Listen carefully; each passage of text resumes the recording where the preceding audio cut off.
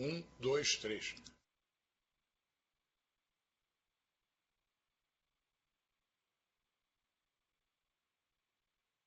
Você checa lá, Mota, eu vou sair do áudio, tá? Chequei. Tá no ar. Maravilha. Pessoal, boa noite. Eu quero dar as boas-vindas a um mito da resistência cultural brasileira, Bené Barbosa, que dispensa introduções, mas para quem não conhece, para as 2 ou 3 pessoas aí no Brasil inteiro que não conhecem o Bené Barbosa, ele é um lutador da liberdade, um especialista em segurança pública e um profundo conhecedor do assunto armas de fogo. O Bené Barbosa também tem outra qualidade. Foi o Bené que mudou a minha forma de pensar. E pouca gente merece esse título no Brasil. Eu tinha uma visão sobre o assunto armas que foi completamente modificada depois de uma conversa com o Bené Barbosa. Então, eu queria dar as boas-vindas. Bené, o palco é seu e eu queria começar te fazendo uma pergunta. Eu vi outro dia, essa semana, que o Senado está discutindo uma medida para reduzir o número de mortes em conflitos com bandidos, e a ideia do Senado é reduzir o porte das armas que a polícia usa. Eu estou ficando louco, Bené? Ou isso aí é uma coisa completamente maluca? Eu costumo. Bom, obrigado, Mota. Obrigado pela não introdução. Eu realmente não curto esse negócio de introdução mesmo, mas e fico muito feliz, né, em saber que você, como eu já sabia, né, mudou de opinião aí sobre Papai, o essa Bené está questão. sem áudio. Tô sem áudio? Alô, alô, aqui pra mim tá normal.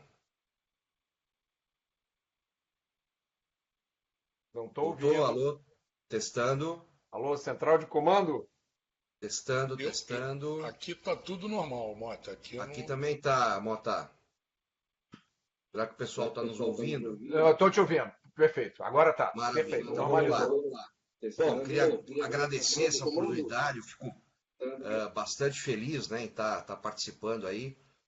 Fico mais feliz ainda, né, exatamente sobre o que você falou aí, sobre essa questão de ter mudado de opinião, né, depois de alguns bate-papos e algumas farpas até trocadas, né, Verdade. na coisa de 3 anos atrás.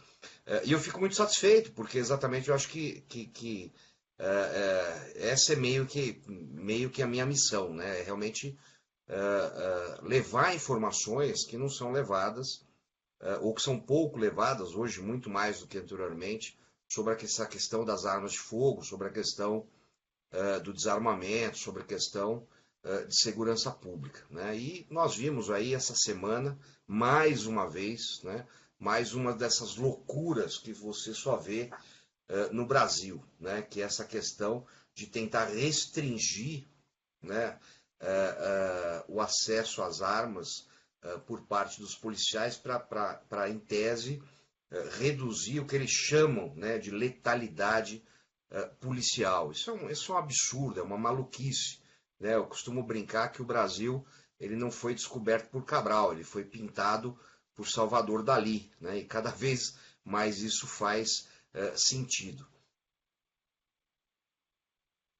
Então, Bené, existe uma incompreensão gigantesca sobre o assunto segurança pública. Tá? Então, uma incompreensão que é alimentada, fomentada pela imprensa e por especialistas, né? E a maior parte desses especialistas são pessoas que nunca tiveram nenhuma atividade ligada à segurança pública, nunca foram policiais, nem juízes, nem promotores, e que alimentam alguns mitos. Né? Um desses mitos é que precisamos desarmar as pessoas. Né? Então, nós tivemos uma excrescência chamada Estatuto do Desarmamento, que desarma só o cidadão de bem, enquanto os bandidos continuam com as armas. Né? Como é que você enxerga essa questão das armas no Brasil? Por que os bandidos, por que os criminosos têm tanto acesso às armas e por que existe tanta incompreensão dos políticos, das pessoas em posições de comando no Brasil quanto à questão das armas? Olha, o grande problema da segurança pública no Brasil não é nem a falta de conhecimento, né? Então, assim, não é porque a pessoa não foi policial ou não foi juiz ou não foi promotor, até porque a gente vê, né, diariamente policiais, juízes, promotores, graças a Deus em suas minorias, apoiando exatamente esse caos, toda a ideologia que trouxe esse caos na segurança pública até hoje, né? Então, o grande problema da segurança pública no Brasil, ela foi causada, né, exatamente por essa contaminação ideológica. Inclusive, minhas últimas palestras têm sido exatamente em cima desse tema, né?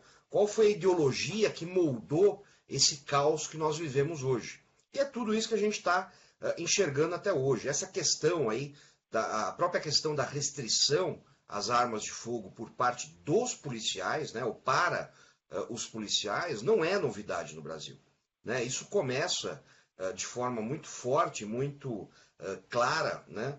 Por exemplo, no governo Getúlio Vargas, né? Que depois da Revolução de 32 percebeu que não era interessante você ter forças policiais estaduais, né, com um poder bélico, com um poder de armamento igual ou superior ao governo central, né? Ele era um ditador, ele era um centralizador, né? Era um autoritário, né? E ele percebe isso. E a partir dali ele faz o quê? Né? Ele proíbe, né? Ou melhor, né? Ele restringe, né? o acesso a determinados calibres, a determinados tipos de armamento, não só pela população civil, como também pelas instituições policiais, né? É por isso que hoje a polícia, tanto a civil como a militar do Rio de Janeiro, por exemplo, ou aqui de São Paulo, ou de qualquer outro estado brasileiro, quando ela vai comprar armamento chamado calibre restrito, sejam pistolas, sejam fuzis, ela tem até hoje que pedir autorização para o Exército Brasileiro, né? Ou seja, ela tem que pedir, ela tem que se reportar, né, ao governo federal, ao governo central, né, para pedir essa autorização e conseguir comprar esse armamento. E que muitas vezes é negado, como já foi alguns anos atrás aqui em São Paulo. Pouca gente sabe, por exemplo, que até hoje, isso também por conta da legislação criada pelo Getúlio Vargas, as instituições policiais elas possuem um máximo de armamento que elas podem ter em seus arsenais, né, que é de acordo com o seu efetivo, né? Tudo isso foi criado por Getúlio Vargas exatamente para quê? Controle social, né? Evitar novos levantes, como aconteceu em 32, né, envolvendo aí principalmente São Paulo, a Força Pública de São Paulo e os cidadãos de São Paulo, para eles não se rebelarem contra um governo federal, autoritário e ditatorial, como foi o de Getúlio Vargas. E isso continuou no Brasil. Então, por exemplo, em 1992, o então deputado pelo PT, Eduardo Jorge, aquele lá, o Eduardo Jorge, que foi candidato à presidência, né, o negócio da maconha, não sei o quê, que o pessoal acha ele engraçadinho, bonitinho, divertido. De divertido, esse cara não tem absolutamente nada, né? Ele foi o primeiro, né, vamos dizer assim, na nova democracia brasileira, a propor o desarmamento não só do cidadão, né, como de todos os policiais, né? No projeto de lei que ele apresentou em 1992, ele proibia a posse de arma particular para policiais, ele proibia o porte de arma por policiais fora do seu horário de serviço, ou seja, o policial ia ter que sair lá do batalhão, da delegacia e deixar sua arma, né? E isso vem sendo motivo de várias tentativas de se implantar isso no Brasil, né? Quando se discutia ainda o chamado Estatuto de Desarmamento, que foi aprovado em 2003, né?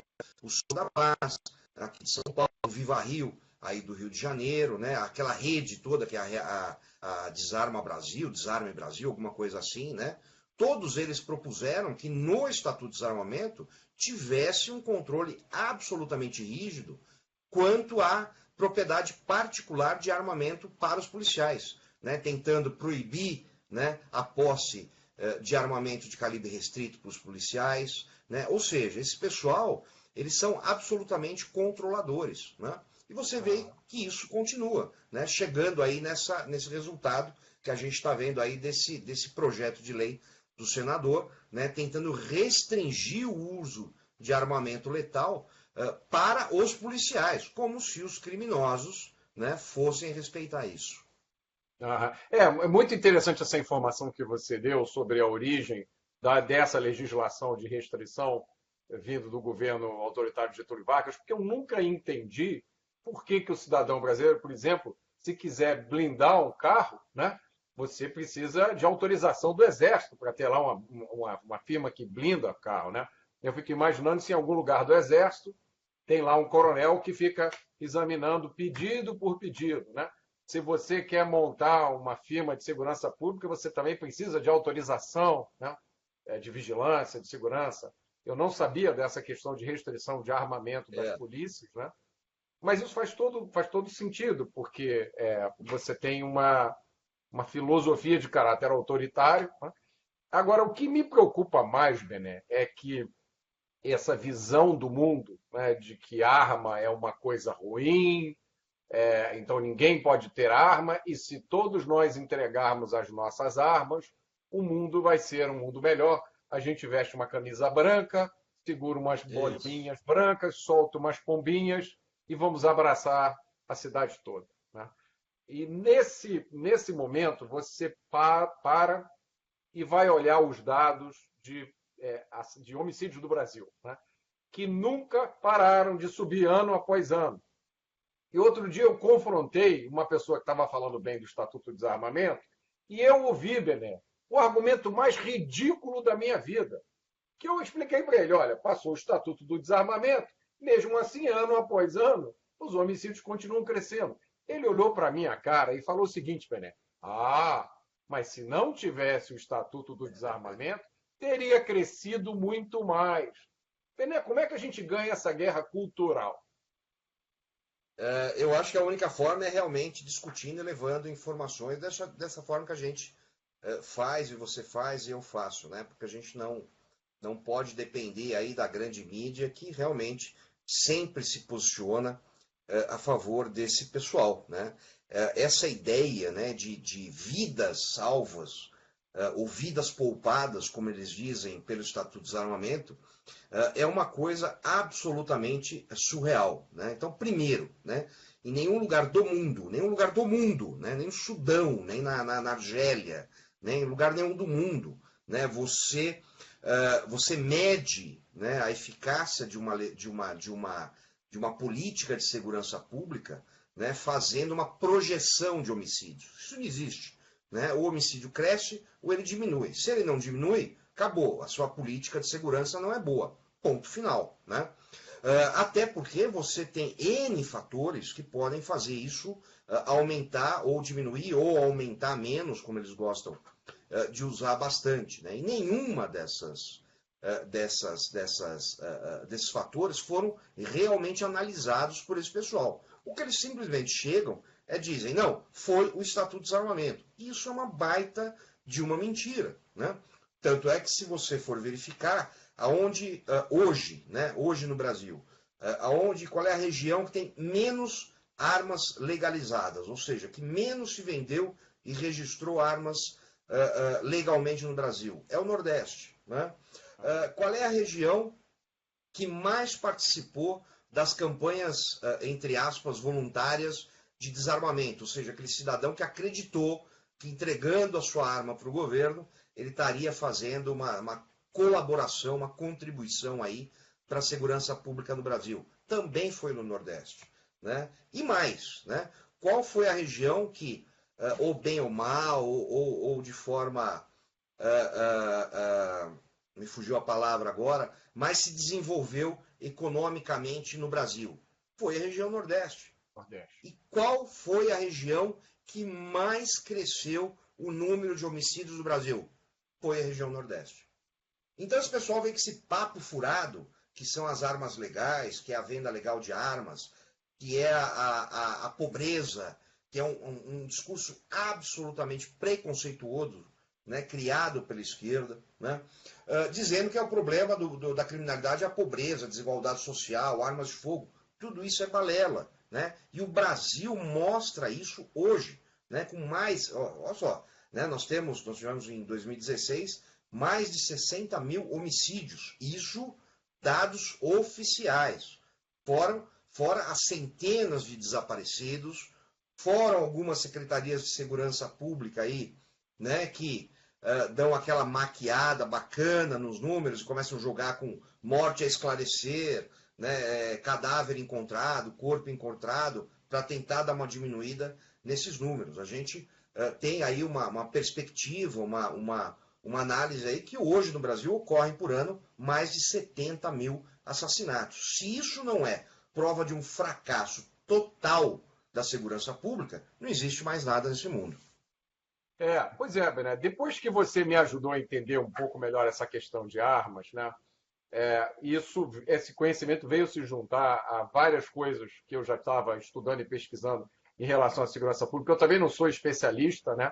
Eu faço questão de esclarecer. Eu sou um ativista, eu sou engenheiro, não sou nem advogado. Então, a minha questão não é discutir aspectos jurídicos, a minha discussão é simplesmente moral. Eu não posso aceitar morar num país onde eu me sinto caçado 24 horas por dia, né? Eu tenho que estar sempre em alerta. E uma das coisas que eu fui descobrir, e é um dado que está disponível para todo mundo, né? É só você olhar, acessar os dados que estão disponíveis na internet, né? Em 1980, o Brasil teve um PIB, né, um Produto Interno Bruto per capita, de $2.500, em 1980. E teve 12 mil homicídios. Tá? No ano passado, o nosso PIB passou de $8.000 per capita. Então, nós ficamos 4 vezes mais ricos. Né? E o número de homicídios, que era de 12 mil, em vez de cair, passou para 60 mil. Então, é uma loucura total. Agora, o que eu percebi é que quando você tira 2 ou 3 explicações dessas para as pessoas, tem algumas pessoas que se refugiam no que você falou, na ideologia. Né? E, por acaso, eu comecei agora a escrever o meu próximo livro, e no livro tem um artigo sobre esse cara aqui, que você provavelmente já ouviu falar. Conheço. Né? E tem várias passagens memoráveis desse livro, e uma delas é quando o Saul Alinsky diz o seguinte: para atingir os seus objetivos, qualquer meio vale. A única coisa antiética é você não usar todos os meios disponíveis para atingir os seus objetivos. E aí ele cita uma frase do Lenin, que me lembra um comentário que você fez no nosso evento lá na MBL, onde você fez aquela palestra brilhante, né? E tem uma frase do Lenin que diz o seguinte, né, no início da Revolução Russa: hoje nós estamos em minoria, então a gente defende a mudança pelo voto. Quando nós tivermos as armas, a mudança vai ser pela bala. Né? Eu acho que é isso aí. Né? Isso é o resumo de tudo. Né? Hoje nós temos como eu sempre digo, né, nós temos uma política de segurança pública, né, absolutamente pautada em ideologias. Né? Não existe técnica, não existe modelos que deram certo, nada. Tudo é ideológico. Né? E isso começa lá na década de 60, depois na década de 70, né, com os sociólogos, né, marxistas, que precisavam, né, jogar a culpa de tudo que era ruim, né, no mundo em cima do capitalismo. Né? Então existe criminalidade. Tá? Como é que a gente vai culpar o capitalismo? É dizendo que o problema é a desigualdade. É dizendo que o problema é a pobreza. O que essas pessoas talvez não tenham percebido e não percebam até hoje é que quando você usa esse discurso, você está fazendo exatamente aquilo que elas nos acusam, né? De sermos preconceituosos. Né? Ora, se eu digo que o problema é a pobreza, o que eu estou dizendo é que o pobre está mais próximo de cometer crimes, né? Mais propenso a cometer crimes do que o rico, o que é uma grande mentira. Né? A única diferença é o tipo de crime que ele vai cometer. Né? Então nós temos um pobre que está lá na favela, né, ou como eles gostam de chamar, na comunidade, que ele resolve ir para o caminho do crime, e o crime sempre é uma escolha absolutamente pessoal, né? Uma escolha absolutamente consciente, né? Obviamente, exceção feita aos clinicamente malucos, né? Mas é uma escolha, né? A diferença é que o pobre, quando ele faz isso, ele enfia o revólver na cintura e vai assaltar, vai traficar droga, vai fazer sequestro relâmpago, vai fazer a segurança da boca de fumo. O rico não. O rico, quando ele escolhe delinquir, ele vai fazer gestão fraudulenta, ele vai fazer estelionato, ele vai fazer corrupção, ele vai causar corrupção, né? Ele vai ser político, né? Ele escolhe outros caminhos que é aquele documental, né? que ele tem poder para cometer esses crimes, entre aspas, não violentos, né? E que para a maioria das pessoas acaba parecendo que não existe crime na classe média e na classe alta, o que é uma grande mentira. Se isso fosse verdade, né, Brasília seria um mar de honestidade, né, porque quem está ali, né, dificilmente você vê alguém, né, que não teve todas as chances, né, de educação, de cultura, de dinheiro, de tudo para ser alguém honesto. Ou seja, é uma grande mentira isso. Né? E ao mesmo tempo você vê nas comunidades mais pobres que mais de 90%, né, mais de 95% são pessoas absolutamente honestas, trabalhadoras, né, que ganham lá o seu dinheiro e vivem a sua vida sem cometer crime nenhum. Né? Então, tudo isso, né, e aí reforço isso, é uma questão absolutamente ideológica. Enquanto a gente não tirar essa ideologia da nossa segurança pública, a gente vai continuar nesse caos que a gente está. Exato. O que eu observo é isso, né? A esquerda, quando desenvolve os argumentos para defender, né, a impunidade, a leniência com o criminoso, ela sempre monta o discurso de forma a projetar no imaginário das pessoas, né, a imagem do pobre, negro, oprimido. Né? Então, quando você pensa em bandido no Brasil, você pensa nisso. Nunca vem à sua cabeça a imagem da Ana Carolina Jatobá, né? Uma monstra Exato. que jogou a enteada de 7 anos da janela do 6º andar do apartamento. Isso. Quer dizer, que pessoa faz uma coisa, uma monstruosidade dessa? Né? Ou a Suzane Richthofen, também rica, milionária, que mandou matar o pai e a mãe a pauladas, né, Bené? Exatamente. E já estão os três, né? A Ana Carolina já está no semiaberto, a Suzane Richthofen já foi para o semiaberto, e os 2 assassinos que deram as pauladas já foram para o aberto. Estão andando nas mesmas ruas que nós, né? É isso aí.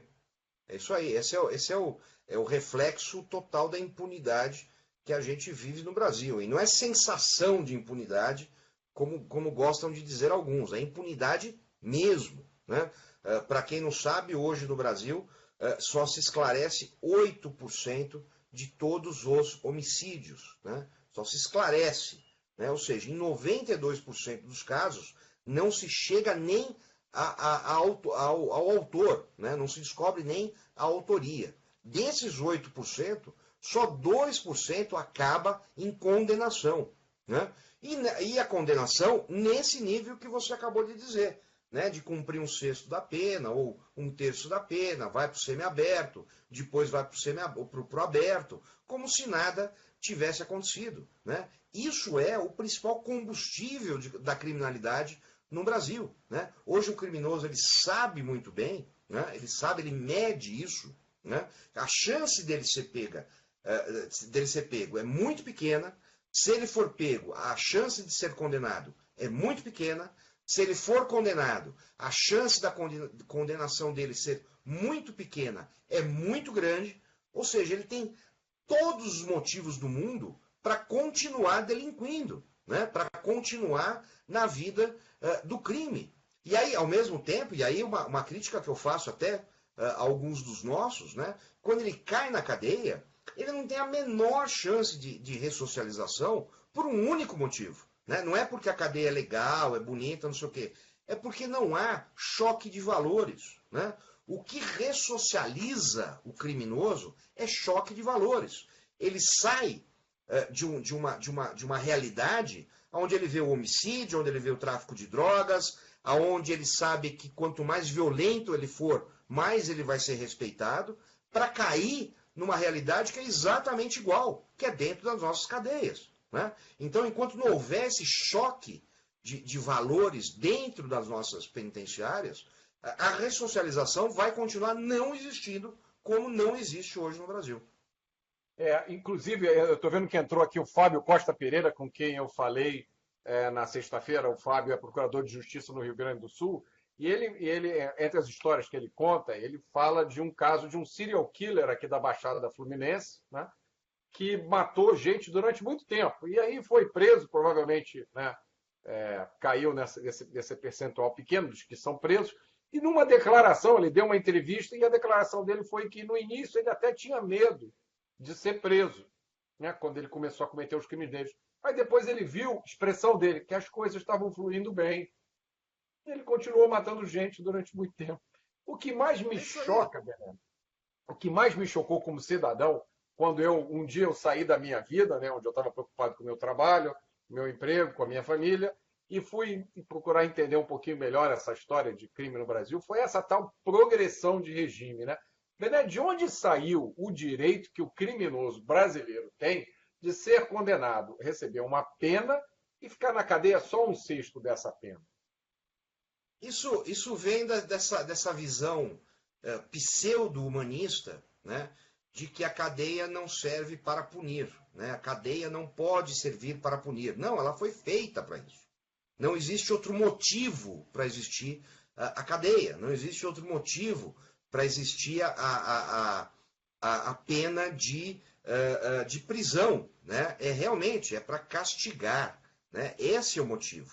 Né? O problema é que em determinado momento, e aí entra uma série de outros ideólogos, né? Marcuse me subiu o nome agora, Foucault e etc., dizendo não, a cadeia ela é apenas uma coisa para oprimir o pobre, oprimir aquele que não tem chance na vida, a cadeia é mal vista. E aí o que acontece? Né? Se criou essa ideia no Brasil de que cadeia é coisa ruim. Né? E aí o que você faz? Você joga isso, né, na classe política. E aí você vê políticos que falam assim, não, eu vou destinar verba para ambulância, eu vou destinar verba para a escola, eu vou destinar verba para creche, mas eu não vou destinar verba para construir cadeia porque eu vou ser criticado. Ok, exato. Aí não se constrói cadeia no Brasil. O que acontece com a população carcerária? Explode, entre aspas, não é porque tem muita gente presa, não é porque tem muita gente cumprindo pena, é porque tem poucas vagas. Isso é muito óbvio. E aí, esse mesmo pessoal, né, que criou essa ideia de que é melhor construir uma escola do que construir uma cadeia, como se uma coisa fosse excludente da outra, né, esse mesmo pessoal diz, olha, tá vendo? Não tem vaga, superpopulação carcerária, prisão em massa, tem que soltar. E aí vem esse negócio de progressão de pena, penas alternativas, né, o que acaba gerando, obviamente, impunidade. Inventaram até uma tal de remissão de pena por leitura. O sujeito lê um livro qualquer e aí ele diminui o tempo de pena que ele fica preso. Ele diz que ele lê. Né? Ele diz que ele lê. Existe uma experiência fantástica, até já comentei em outra oportunidade com você, né? Que é numa penitenciária lá de Joaçaba, né? Da região de Joaçaba, em Santa Catarina, né? Onde um juiz de direito lá, né? Que é o doutor Márcio Bragalha, né? Ele instituiu, né? Um programa de leitura, mas é uma leitura conduzida. Né? Então são 12 clássicos, né? Entre eles Otelo, Crime e Castigo, né? 12 grandes clássicos da literatura mundial, né? Onde o preso não só ele lê esses livros, como essa leitura é cobrada dele, né? Mas com um objetivo muito claro, né? Não é simplesmente diminuir a pena dele, É ele entender, mudar o imaginário desse criminoso, né? Para ele chegar à conclusão que o único culpado dele estar lá naquela situação preso é ele mesmo, né? Mais ninguém, né? Foi ele que fez as escolhas, foi ele que fez as ações, né? Foi ele o único e exclusivo responsável por isso, né? Não é a mulher dele, não é o filho dele, não é a sociedade, não é o judiciário, não é a polícia, ninguém. É somente ele, né? E o índice, né, de ressocialização desses presos hoje lá que passam por esse programa é simplesmente de 95%. Não Caramba. existe isso no Brasil. Ou seja, 95% dos presos que passam por esse programa, né, que é voluntário, obviamente, não voltam a cometer crimes. Você quer uma história de sucesso maior do que essa? Mas isso o Caco Barcelos não vai mostrar, né? Eles preferem mostrar o criminoso como um coitadinho. Não, né?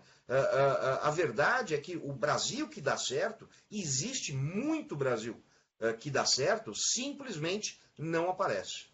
Então, Bené, isso é uma outra conclusão que é até paradoxal. Eu digo para as pessoas, quanto mais eu examino, mais eu estudo a situação de segurança pública no Brasil, quanto mais eu entendo a tragédia que ela é, mais otimista eu fico, porque eu vejo que, fundamentalmente, o nosso problema é um problema de ideologia mesmo. Das Sim. pessoas acreditarem em besteiras, praticarem besteiras, e que na hora que no dia que a gente conseguir arrancar essas pessoas de lá, e colocarem pessoas, né, que tomam, né, 2 com 2 e chegam a 4, esse problema vai ser muito mais fácil de resolver do que a gente imagina. Eu contei para você a visita que eu fiz a Indaial, né? Em Indaial tem uma casa de detenção lá, onde foi montada uma linha de produção de uma indústria local. Na verdade, é uma fábrica, é uma manufatura nacional distribuidora de produtos elétricos, chamada Tachibra, e ela montou uma linha de montagem, de fabricação dentro desse presídio. E você chega nesse presídio, é um choque, porque você acha que está na Europa, né? A entrada do presídio já parece assim, uma recepção de uma clínica, tudo bem cuidado, tudo limpo, né?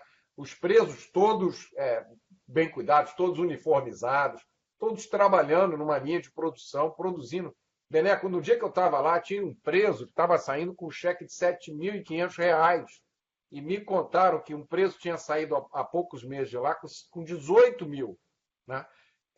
Que ele acumula porque ele recebe o salário da empresa.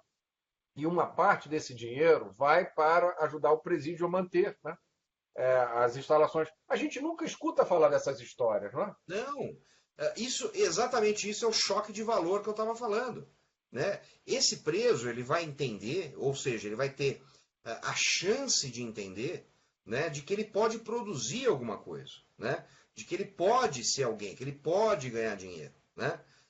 Obviamente, aí fique muito claro, né? Se esse cara continuar reincidindo, aí é cana, aí é prisão perpétua. Eu sou plenamente favorável à prisão perpétua, né? Porque há algumas pessoas que realmente não vão sair do crime, não só porque não tem chance, né? Mas simplesmente porque não querem sair do crime, né? Eles são quase criminosos natos, quase psicopatas. E aí, para esses, é cana pro resto da vida. E ponto final, né? O que eu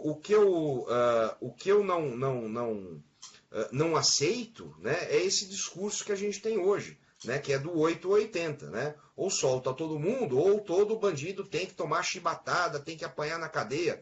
Isso não resolve absolutamente nada, né? Você imaginar isso... Não, ou o bandido é um coitadinho, ou o bandido é bandido bom, bandido morto, né? Isso é uma grande bobagem. Que, obviamente, é absolutamente justificado exatamente pela situação que a gente encontra, né? A gente se encontra aqui do lado de fora, né? Então, assim, quando eu vejo pessoas, somente pessoas da periferia, né, que vivem ali a criminalidade no seu dia a dia, sem proteção nenhuma, né? Nenhuma. Né? E diz assim, não, porra, tem que matar esses bandidos aqui da área mesmo. Eu entendo perfeitamente. Porque na cabeça dessas pessoas é a única forma de se livrar desses caras. E isso não vende hoje. Bené, eu Né? moro Hoje aqui. mesmo, Não, diga, por favor, diga. continua. né? Hoje mesmo no meu Facebook eu postei lá a história de um justiceiro aqui de São Paulo, que era o Chico Pé de Pato, né? Que ele nasce, isso foi na década de 70, 80, né? Ele nasce exatamente nesse contexto, né? Num contexto onde o Estado não conseguia prover segurança pública, já naquela época, né? Os próprios policiais sabiam, né, que não adiantava prender os bandidos, porque o cara saía rapidamente da cadeia, né? E aí surgem esses matadores, e surgem esses esquadrões da morte, né? Surgem exatamente, né? Não é porque eles têm o desejo de matar, né? Mas é porque eles enxergam nisso a única forma de tirar o cara de circulação. E não estão completamente errados.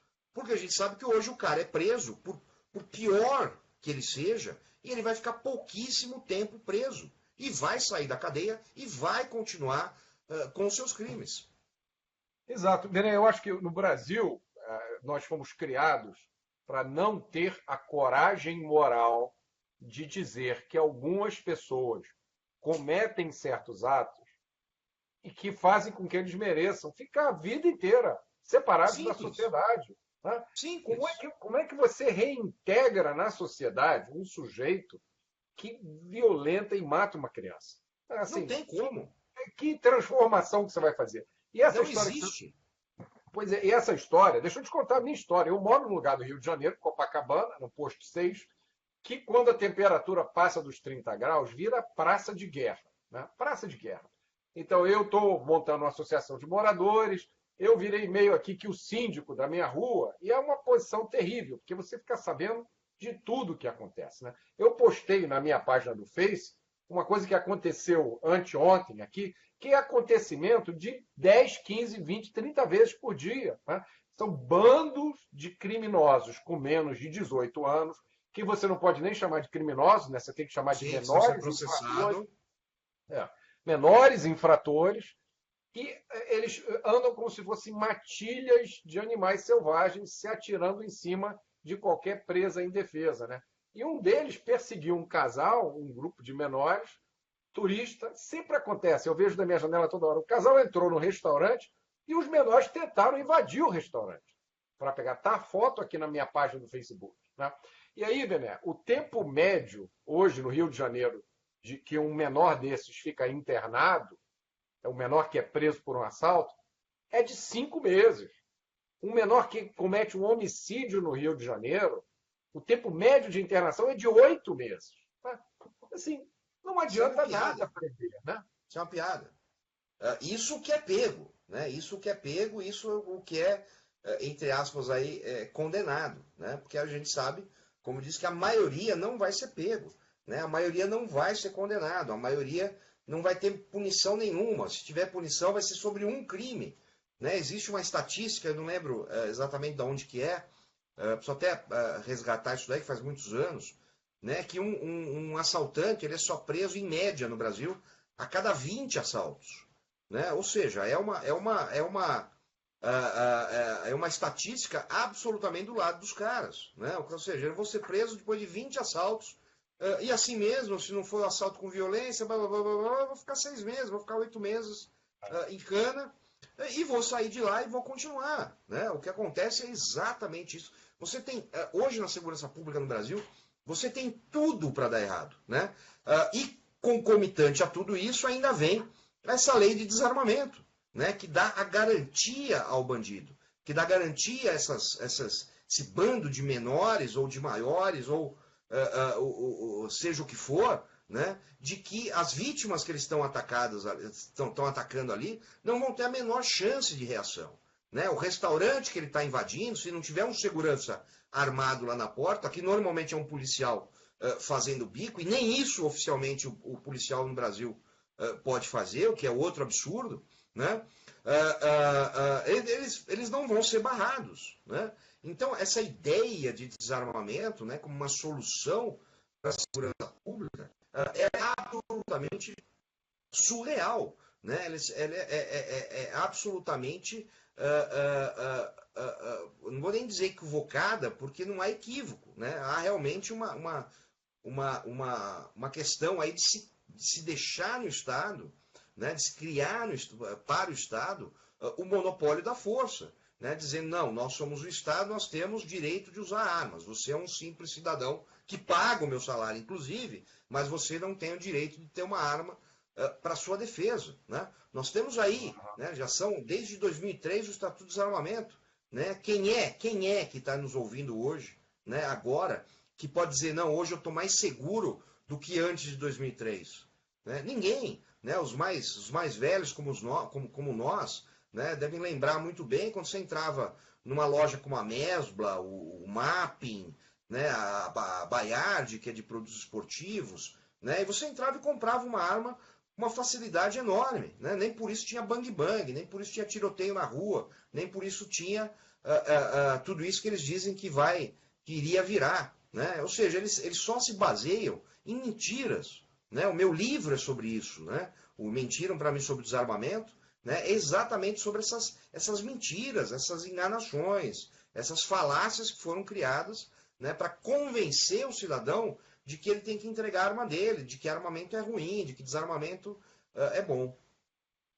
Bené, o Marcelo Rocha Monteiro, que eu esperava que estivesse com a gente hoje aqui, mas tivemos um problema técnico nos nossos transmissores, o Marcelo não conseguiu entrar. Ele está me pedindo para te fazer uma pergunta, para que você comente o fato de que tem acontecido um aumento no roubo a casas com os moradores dentro, né?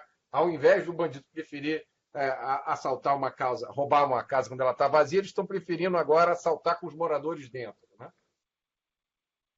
Bom, infelizmente o Brasil é muito pobre em estatísticas, né? É extremamente pobre em estatísticas, principalmente em estatísticas criminais, né? Um dos motivos disso é que não há um modelo para registro de crimes universal, né? que sirva no Brasil inteiro. Né? Então você não tem estatísticas para se apoiar nisso. Mas eu acho que é muito claro para todo mundo que hoje o número de roubos em residência, ou seja, né, o assalto em residência, aquela que o bandido entra, invade uma residência, seja ela no perímetro urbano, seja ela na parte rural, né, é muito maior do que era décadas atrás. Né? Eu lembro, e eu sempre uso esse exemplo nas minhas palestras, né, eu lembro quando eu era criança, nós morávamos aqui no litoral de São Paulo, né, numa rua que não tinha iluminação pública, não tinha asfalto, não tinha esgoto, era esgoto a céu aberto. Né?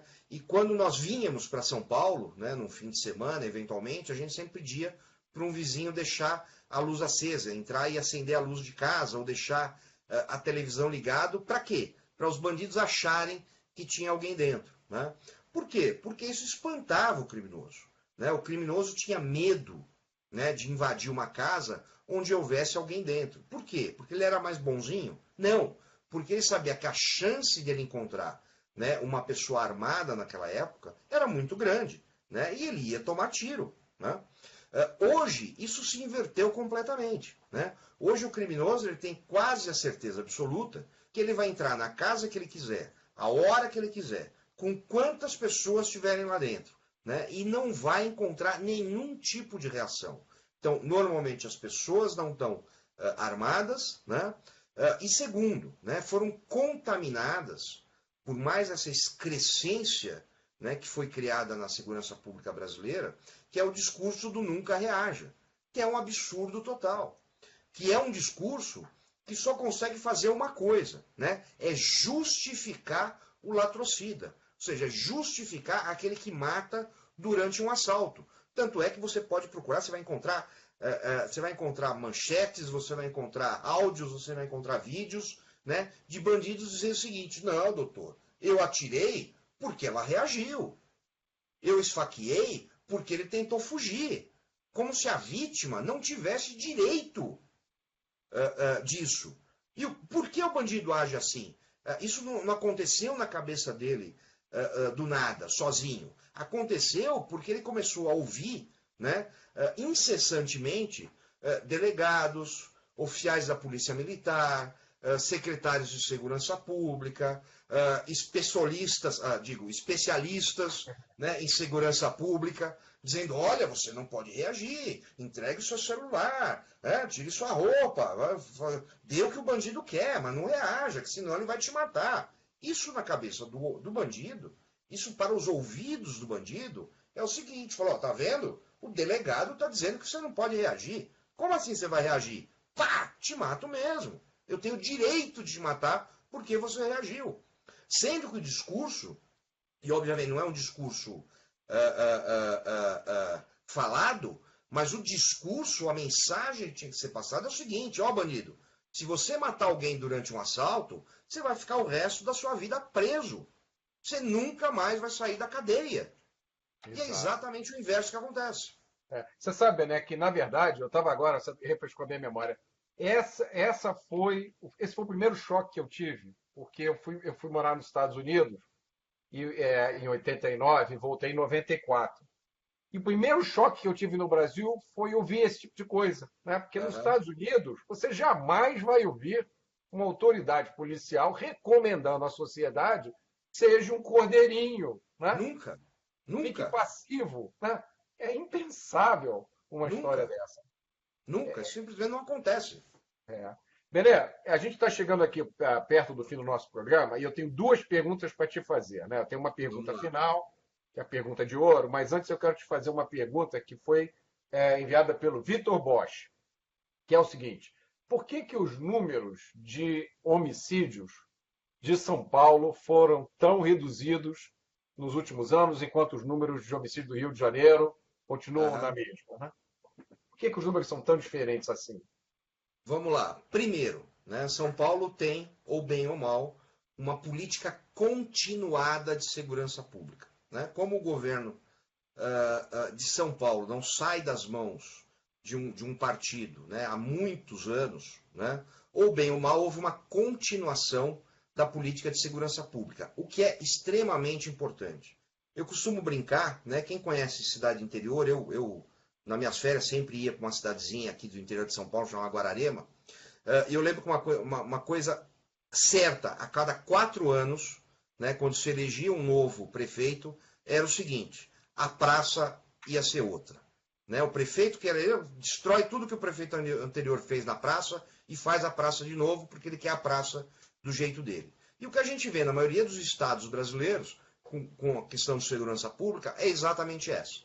Né? O governo seguinte chega e fala assim, não, isso aí estava fazendo, não importa se deu certo ou se não deu certo, eu vou fazer do meu jeito, eu vou fazer outra coisa, porque sou eu que tenho a solução. Né? E o Estado de São Paulo não passou por isso. Segundo, né, o Estado de São Paulo continua sendo, de novo, com muitos problemas ainda. Né? O pessoal que é policial militar, policial civil aqui em São Paulo sabe disso, né? Mas ainda continua sendo um dos estados que mais aplica em segurança pública de primeira linha, que eu digo, né? de efetivo, ou seja, polícia civil, polícia militar. Né? Terceiro, São Paulo, a partir da década de 90, ela focou no quê? Resolução de homicídios. Né? Vamos resolver o máximo possível de homicídios. Que se leve em conta a crise, né, que se encontra a Polícia Civil em São Paulo, que nos últimos anos foi completamente abandonada pelo governo, né, pelo Estado. Assim, nós temos carência de delegados, de policiais, de escrivãos, de computadores, tudo que você pode imaginar. Mas assim mesmo, ainda é um dos maiores índices de resolução de homicídios no Brasil. Né? E por último, né, São Paulo é hoje o estado que mais prende e que mais mantém preso os criminosos. Né? 40% da massa carcerária hoje no Brasil está em São Paulo, sendo que São Paulo responde por 11% da população brasileira. Né? É isso que faz diferença. E ainda tem muito para fazer. Né? Ou seja, a receita tradicional. É a receita tradicional. Prender bandidos, resolver crimes, prender bandidos. Ponto final. Né?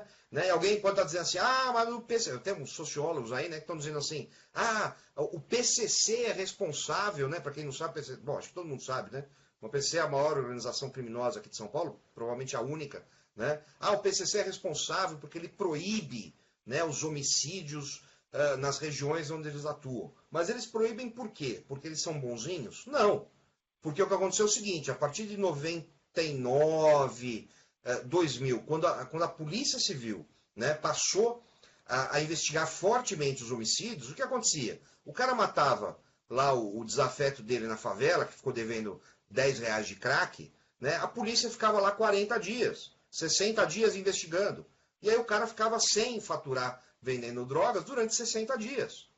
Então só por isso. Então ele proibiu de matar para não haver investigação, para a polícia não se instalar lá. Ou seja, só por isso. Né? Eles não são bonzinhos, eles não estão do nosso lado, as pessoas precisam entender isso. Né? É por quê? Porque a polícia começou realmente a funcionar. Então, a fórmula da coisa é absolutamente simples. Né? Dinheiro tem, você vê estados que gastam muito mais no Brasil com segurança pública e não conseguem reduzir a criminalidade. Por quê? Porque não é gastar muito, é gastar bem. Né? Essa é a grande diferença que a gente tem. Uhum.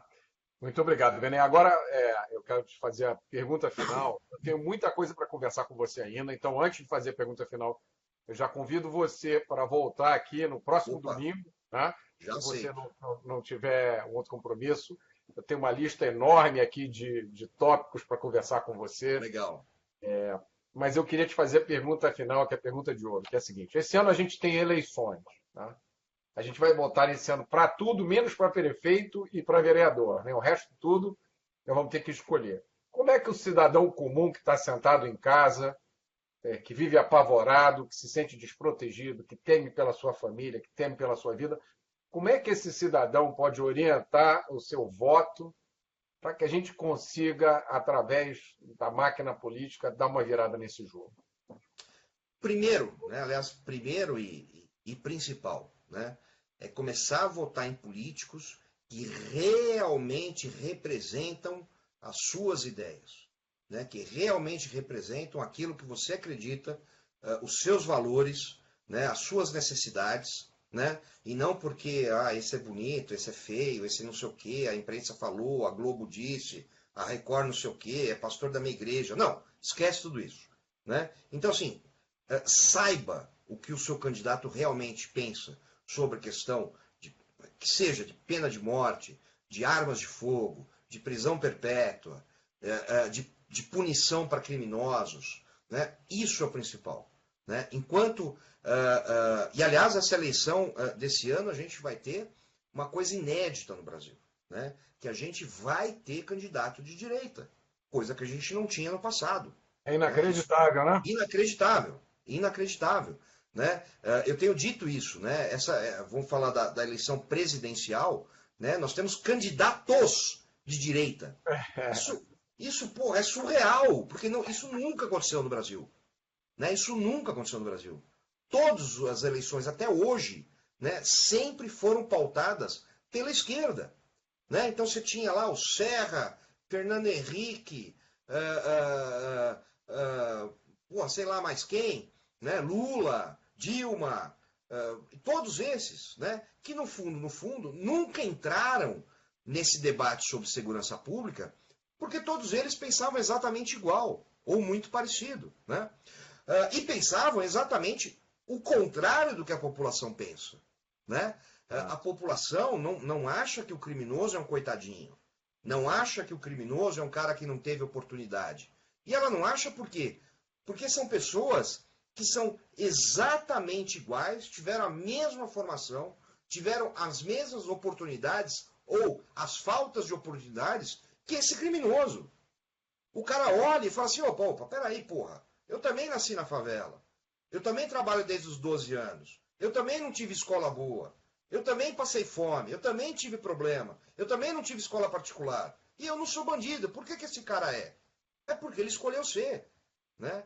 Então, hoje, e eu acho que a maravilha da eleição desse ano, ganhe quem ganhar, né? É essa discussão que vai acontecer, que nunca aconteceu. Né? Segurança pública vai ser pauta pela primeira vez numa eleição nacional. Pela primeira vez. Né? A única eleição que ocorreu no Brasil, né, onde uma tese de esquerda, né, foi colocada à prova perante uma tese de direita, foi o referendo de 2005. Né? Ou seja, a tese do desarmamento, a tese do Estado tem que ter o monopólio da força, que é uma tese primordialmente de esquerda, contra a tese primordialmente de direita, que é não, eu tenho o direito de ter uma arma de fogo para defender minha casa, defender meu patrimônio, defender minha família, e eu não quero depender do Estado de ligar um 90 e levar 10 minutos uma viatura para chegar na minha casa. E a gente viu o que aconteceu. Tanto é, né, que a esquerda nunca mais abriu a boca para falar de referendo e plebiscito no Brasil, né, porque eles viram a tunda que eles levaram. E é o que a gente vai ver exatamente nessa eleição, e é isso que eu estou achando magnífico. Maravilha, Bené. Muito obrigado pela sua participação. Eu vou pedir a todo mundo que está assistindo essa live que mande para a gente perguntas para o Bené responder no próximo domingo. Tá? Pergunta o que você quer saber, tira aquela dúvida ou aquele argumento que aquele seu coleguinha de esquerda sempre vem para você encher o teu saco, que você não sabe responder, o Bené vai dar a resposta. Nós vamos fazer aqui uma pausa de 5 minutos e depois nós temos um convidado especial, né? Agora nós vamos passar por um outro assunto que é política pura, que é dinamite pura. Eu aguardo vocês daqui a 5 minutos. Bené, boa noite, um grande abraço e até domingo que vem. Obrigado, Mota, obrigado aí, todo mundo está nos assistindo e quem não conhece o Mentiram Pra Mim sobre Desarmamento, que é o meu livro. Peraí, vou até pegar um aqui, peraí. Pega aí. Cadê? Tá aqui, peraí. Perdi, tava... Eu nunca acho minhas coisas. Aqui, achei. Aqui, para quem não conhece, Mentiram Pra Mim sobre Desarmamento. Né? O pessoal que conhece aí sabe que vale a pena exatamente para acabar aí com esses mitos, com essas falácias que foram criadas sobre essa questão. Um abraço para todos. Um abraço, Bené. Tchau, tchau, pessoal. Até daqui a 5 minutos, hein? Tchau, tchau.